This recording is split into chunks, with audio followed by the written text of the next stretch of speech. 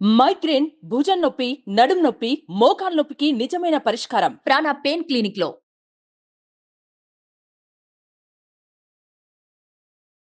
నమస్తే, welcome to Suman TV. నేను మీ Suman TV Usha. December మాసానికి సంబంధించి 12 రాశుల వరకు అసలు ఏ విధంగా ఉండబోతుంది, ప్రత్యేకించి ఒక్కొక్క రాశి వారు ఏ విషయాల్లో జాగ్రత్తలు వహించాలో సురేష్ గారిని అడిగి తెలుసుకుందాం. నమస్తే సురేష్ గారు. నమస్కారం అండి ఉషా గారు. డిసెంబర్ మాసాంతం కనుక మనం చూసుకుంటే మేషరాశి వరకు అసలు ఏ విధంగా ఉండబోతుంది అంటారు? ప్రత్యేకించి రాశి వారు ఏ విషయాల్లో జాగ్రత్తలు వహించాలి?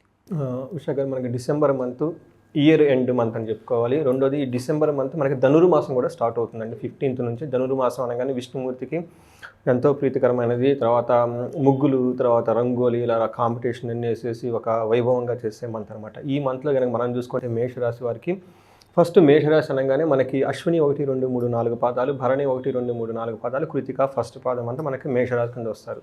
సో ఈ రాశిలో పేరు బలంగా కనుక చూసుకుంటే వాళ్ళు చూ, చే, చో, లా, లీ, లు, ఏ, లా, లో, ఆ ఈ అక్షరాలను కూడా మనకి మేషరాశి కింద వస్తారని చెప్పుకోవాలి. అయితే గ్రహస్థితి కనుక చూసుకుంటే ఈ మనకి డిసెంబర్ మంత్లో ఓన్లీ 2 గ్రహాలు మాత్రమే చేంజెస్ ఉన్నాయి. అవి కూడాను సూర్యుడు 15th నుంచి ధనుసు రాశిలో ఎంటర్ అవడం వల్ల ధనుర్మాసం స్టార్ట్ అయిపోతుంది అక్కడి నుంచి మనకి. తర్వాత శుక్రుడు కూడాను మనకి డిసెంబర్ నుంచి మకర రాశిలో ఎంటర్ అవుతూ ఉన్నారండి. ఈ 2 యొక్క చేంజెస్ ఉంది. అయితే 2 గ్రహాలు ఆల్రెడీ అక్కడే ఉన్నాయండి. వచ్చేటప్పటికి మనకి బుధుడు వక్రీకరించి ఉన్నారు సేమ్ వృశ్చిక రాశిలోనే, కుజుడు కూడాను కర్కాటక రాశిలోనే ఉన్నారనమాట.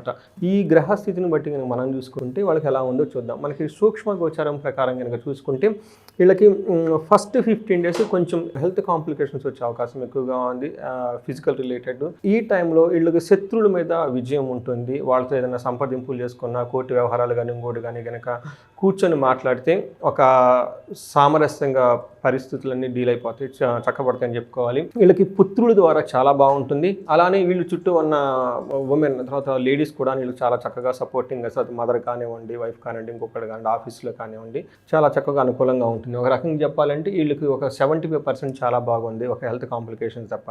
ఇది మనకి 15th ముందు ఉంటుంది. 15th తర్వాత ఎలా ఉంటుందంటే వీళ్ళ చుట్టూ కొంచెం ద్వేషపూరితమైన వాతావరణం ఉంటుంది. శత్రువుల మీద వీళ్ళదే పైచేయిగా ఉంటుంది. తర్వాత పుత్రుల నుంచి లాభం ఉంటుంది. అయితే అనవసరమైన గొడవలు శుక్రుని వల్ల వచ్చే అవకాశం ఎక్కువగా ఉంది కాబట్టి దీన్ని గమనించుకోవాలి. తర్వాత ఇది కూడాను కొంచెం లేడీస్తో గొడవలు ఎక్కువగా ఉంటాయి. అంటే వాళ్ళ ఇంట్లో మదర్ కానివ్వండి, లేదంటే మదర్ ఇన్ లా కానివ్వండి, ఇలాంటి వాళ్ళు కొంచెం మదర్లీ రిలేటెడ్ ఉన్న వాళ్ళతో ఎక్కువ గొడవలు అవకాశం ఎక్కువగా ఉంది. సూర్యుడు వీళ్ళకి ఓవరాల్గా అంత పాజిటివ్గా ఇవ్వటం లేదండి వీళ్ళు, ఎందుకంటే వాళ్ళకి 9th హౌస్లో ఉన్నారు, తర్వాత 2nd హౌస్లో ఉండటం వల్ల ఈ 2 సూర్యుడికి అంత అనుకూలమైన టైం కాదనుకోవాలి. ఒక రకంగా ఏ విధంగా బాగుంటుందంటే వీళ్ళకి 9th హౌస్లో ఉండటం వల్ల అవుతుందంటే వీళ్ళకి ఏ సంబంధం లేకపోయినా అనవసరంగా వీళ్ళ మీద గొడవలు వచ్చి పడే అవకాశం ఒకటి ఉంది. రెండోది, ధనము నష్టం వచ్చే అవకాశం ఎక్కువగా ఉంది. వాళ్ళు అంతకుముందు ఏదైనా కనుక ప్లాన్ చేసుకొని ఉంటే, అంటే పుణ్య కార్యాలు కానివ్వండి, గుళ్ళాలు, లేదంటే శుభకార్యాలు ఏదైనా మంచిగా చేసుకుందాం ఈ టైంలో ప్లాన్ చేసుకుంటే వాటికి ఆటంకాలు వచ్చేసి అనుకున్న ప్రకారం కాకుండా చెడిపోయే అవకాశం ఎక్కువగా ఉంది. అది 9th హౌస్ ధర్మానికి సంబంధించి, తండ్రికి సంబంధించి లాంటి వాళ్ళతో ఎక్కువగా గొడవలు వచ్చాయి. గురువులు లాంటి వాళ్ళతో గొడవలు రావటం, పెద్దలతో విరోధం, అవమానం ఇవన్నీ జరిగే అవకాశం ఎక్కువగా ఉంది. వీళ్ళకి 2nd హౌస్లో కూడా ఉండటం వల్ల ఏమవుతుందంటే అండి, దుష్టులతోటి దుర్మార్గులతో సహవాసం చేయటము, తలనొప్పి, ధన నష్టము, మిత్రులతో శత్రుత్వము, వీళ్ళని వేరే వాళ్ళు మోసం చేసే అవకాశం ఉంటుంది. అంటే టయానికి డబ్బులు ఇవ్వకపోవటము, ఇది చేస్తామని చేయకుండా ఉండటంలో వీళ్ళని ఆశ పెట్టి నిరాశపరిచే సిచ్యువేషన్స్ ఎక్కువగా ఉంటాయి. కాబట్టి ఈ విషయంలో కొంచెం కేర్ఫుల్గా ఉండాలి. తర్వాత వీళ్ళకి మార్స్ వచ్చేటప్పటికి వీళ్ళకి మిక్స్డ్ రిజల్ట్స్ని తీసుకొని వస్తున్నారండి. ఒక్క విషయంలో మార్స్ చాలా బాగా చేస్తున్నారు, కొన్ని విషయాల్లో ఛాలెంజెస్ని కూడా క్రియేట్ చేస్తున్నారు. ఫస్ట్ వీళ్ళకి వచ్చేటప్పటికి వీళ్ళకి 4th హౌస్లో ఉండటం వల్ల సుఖస్థానానికి సంబంధించి, ఫ్యామిలీకి సంబంధించి, కుటుంబానికి సంబంధించిన విషయాల్లో అందులోని బ్రదర్స్ తోటి, సిస్టర్స్ తోటి కొంచెం గొడవలు ఎక్కువ పడుతూ ఉంటారండి. ఈ విషయంలో వాళ్ళు కొంచెం జాగ్రత్తగా ఉండాలి. మిత్ర ద్రోహం ఇది గుర్తుపెట్టుకోండి, ఎందుకంటే మనకు సూర్యుడు కూడాను నమ్మించి మోసం చేసే సిచ్యువేషన్ ఎక్కువగా ఉన్నాయి. మిత్రుల ద్వారా వీళ్ళకి అపాయం కలిగి ఉంది కాబట్టి చాలా జాగ్రత్తగా ఉండాలి. 7వ ఇంట్లో ఉండటం వల్ల సరైన ఫుడ్ తినకపోవటం, వైఫ్తో గొడవ పడటం, సోదరులతోటి, భార్యతో మాట పట్టింపులు, అనవసరమైన ఆర్గ్యుమెంట్లు జరిగే అవకాశం ఎక్కువగా ఉంది. అయితే ఈ కుజుడు 11th హౌస్లో దృష్టి ఉండటం వల్ల చాలా అద్భుతాన్ని చేస్తారు. వీళ్ళకి చాలా స్ట్రెంత్ వస్తుంది. ఏ విషయంలో అంటే ఫస్ట్ ధనలాభం ఉంటుంది, సంతోషం ఉంటుంది, వస్త్రలాభం ఉంటుంది.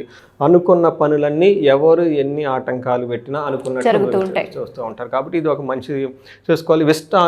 ఇష్ట వస్తు ఈ టైంలో కనుక షాపింగ్, అప్పటి నుంచి ఏదైనా కొనుక్కోవాలి, ఏదైనా చైన్ కావాలి, లేదంటే జ్యువెలరీ కావాలి, లేదా వెహికల్ కొనాలనుకునే వాళ్ళకి ఇది చాలా మంచి టైం. ఈ టైంలో ఖచ్చితంగా అయితే కొనేస్తారు.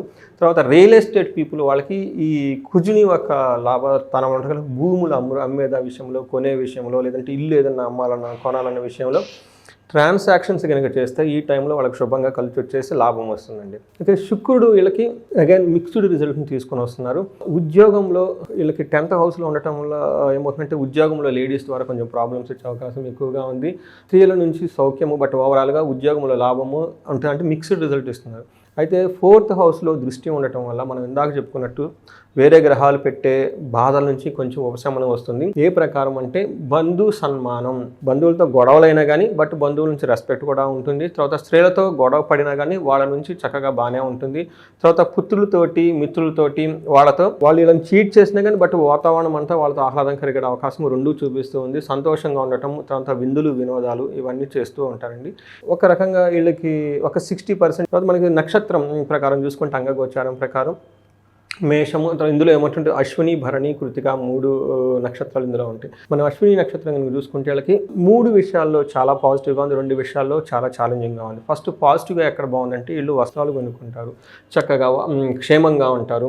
ఇక్కడ ఉన్న ప్లేస్ నుంచి వేరే చోటకి వెళ్ళి కొంతకాలం ఉండే అవకాశం ఎక్కువగా ఉంది. బంధువులు కానీ లేదంటే యాత్రలు కానీ ఖచ్చితంగా చేసి అంటే ఇల్లు వదిలి బయట ఉండే అవకాశం ఎక్కువగా కనిపిస్తుంది. తర్వాత వీళ్ళకి రాజ్య లాభము, ఎవరికైనా కనుక ప్రమోషన్స్ కానీ లేదంటే ఉన్నత పదవులు ఎక్స్పెక్ట్ చేస్తున్నా, లేదంటే ఉన్న పొజిషన్ నుంచి ఇంకా ముందుకు వెళ్ళాలనుకుంటే ఇది చాలా బాగుంది. ఇది కూడాను డిసెంబర్ 9th నుంచి 24 మధ్యలో వచ్చే అవకాశం ఎక్కువగా ఉంది. ఈ డేట్స్ గుర్తు పెట్టుకొని వాళ్ళు ఎవరైనా కనుక ప్రమోషన్స్ అవి రావాలనుకుంటే ఈ టైంలో నెగోషియేట్ చేస్తే వాళ్ళకి చాలా పాజిటివ్గా ఉంటుంది. తర్వాత వీళ్ళకి మెయిన్ ఛాలెంజెస్ ఏమంటేనండి ఈ రాశి మొత్తం వాళ్ళకి ఫైనాన్షియల్ స్ట్రగుల్ చాలా ఉంటుంది. తర్వాత వీళ్ళకి గొడవలు అయ్యే అవకాశం కూడా ఎక్కువగా ఉంటుంది. ఈ గొడవలో కూడా వీళ్ళని అనవసరంగా లిటిగేట్ చేసి, ఇరిటేట్ చేసి వీళ్ళ ప్రమేయం లేకపోయినా కానీ వీళ్ళకి ఇబ్బందులు తీసుకొచ్చే అవకాశం ఎక్కువ ఉంది. కాబట్టి వీళ్ళు కొంచెం స్మార్ట్గా ఉండాల్సిన టైం అయితే వచ్చేసింది. భరణి వారికి కూడాను వస్త్రలాభం ఉంది, చక్కగా రాజ్యలాభం ఉంది, కానీ వీళ్ళకి గొడవలు అయ్యే అవకాశం ఎక్కువ ఉంది, ఫైనాన్షియల్ ప్రాబ్లమ్స్ ఎక్కువగా చూపిస్తూ ఉంది. తర్వాత కృతికా నక్షత్రం వీళ్ళకి సేమ్ వస్త్రలాభం ఉంది, తర్వాత ప్రమోషన్స్, రాజ్యలాభము ఇవన్నీ కనిపిస్తూ ఉంది, కలహం ఉంది. వీళ్ళకి ఫైనాన్షియల్ ప్రాబ్లమ్స్ చాలా టఫ్గా ఫేస్ చేసే అవకాశం ఎక్కువగా ఉంది. ఈ ప్రకారంగా చూసుకుంటే ఈ రాశి వాళ్ళు మృత నక్షత్రాలైన భరణీ నక్షత్రం వాళ్ళు కొంచెం చాలా కేర్ఫుల్గా ఉండాలి. వీళ్ళకి శని వల్ల కానివ్వండి, మార్స్ వల్ల అనవసరంగా హెల్త్ కాంప్లికేషన్స్ వచ్చే అవకాశం ఎక్కువ ఉంది. మానసిక ఒత్తిడి విపరీతంగాను లేదంటే శారీరకంగా ఎక్కువగా ఉంటుంది. తర్వాత కృతికా నక్షత్రం వాళ్ళు, భరణీ నక్షత్రం వాళ్ళకి, తర్వాత కృతికా నక్షత్రం వాళ్ళకి గాయాలయ్యే అవకాశం ఎక్కువగా ఉంది సూర్యుడి యొక్క ప్రభావం వల్ల, సూర్యుడి నుంచి లత్త ఉండటం వల్ల.